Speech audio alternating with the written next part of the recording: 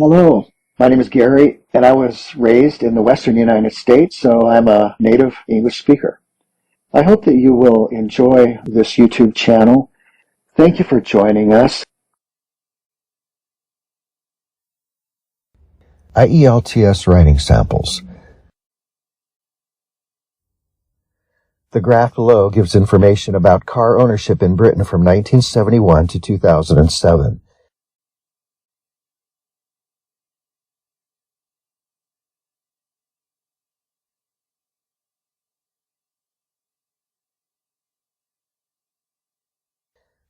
The graph presents information about the percentage of British households that own cars over a period of 36 years. Between 1971 and 2007, car ownership in Britain experienced a notable increase. Notably, there was a rise in the number of households possessing 2 cars, while the number of households without any cars declined. In 1971, nearly half of all British households did not have a car for regular use. Around 44% of households owned a single car, while only about 7% had 2 cars. It was uncommon for families to own 3 or more cars, with approximately 2% of households falling into this category. The one-car household became the most prevalent type from the late 1970s onwards, with a minimal variation in its figures.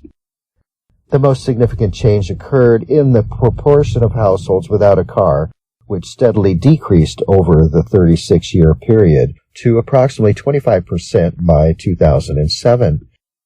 Conversely, the percentage of 2-car families experienced a steady increase, reaching about 26% by 2007, while households with more than 2 cars increased by approximately 5%.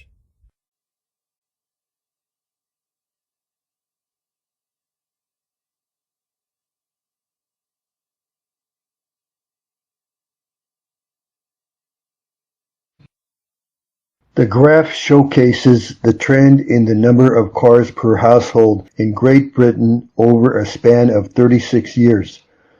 During the period from 1971 to 2007, there was a notable surge in car ownership across Britain. Specifically, the number of households owning 2 cars increased while the number of households without any cars decreased. In 1971, close to half of British households were without a car available for regular use. Approximately 44% of households owned 1 car, while only about 7% possessed 2 cars. It was uncommon for families to have 3 or more cars, with around 2% of households falling into this category. Starting from the late 1970s, the 1-car household became the predominant type, with relatively stable figures. The most significant shift was observed in the proportion of households without a car, which steadily decreased over the 36-year period to approximately 25% by 2007. Conversely, the percentage of 2-car households steadily increased, reaching about 26% by 2007, while households owning more than 2 cars saw a rise of approximately 5%.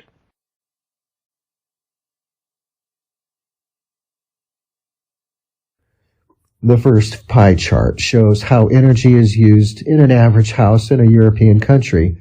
The second chart shows the percentage of greenhouse gas emissions from this energy use in this country.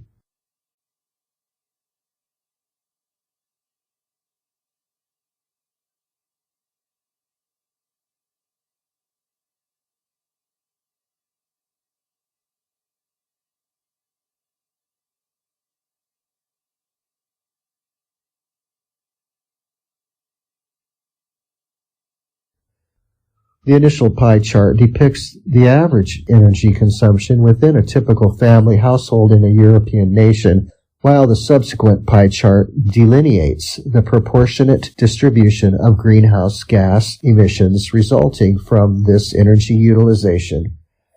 In general, water heating and cooling systems emerge as the primary energy consumers within households in this country.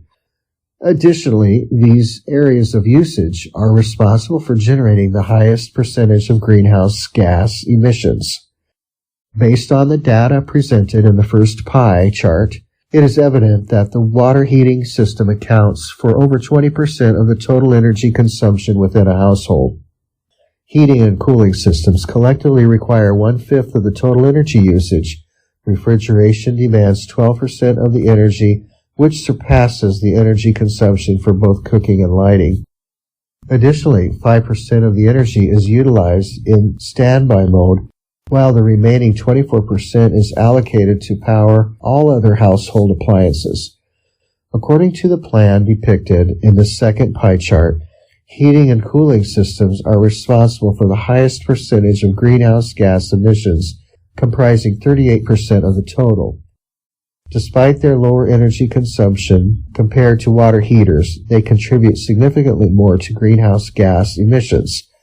Water heaters, accounting for more energy usage, emit relatively less greenhouse gas, totaling 25%. Together, these two systems constitute the primary sources of greenhouse gas emissions in the country. Cooking, lighting, and refrigeration collectively generate 18% of greenhouse gas emissions, while all other appliances and standby mode contribute 19% to the total emissions.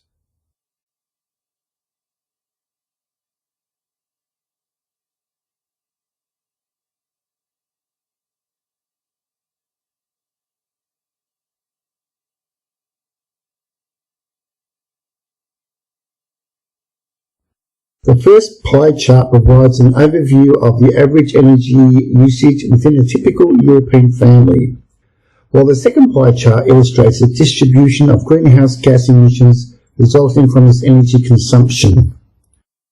Typically, water heating and cooling systems stand out as the largest energy consumers within households in this country.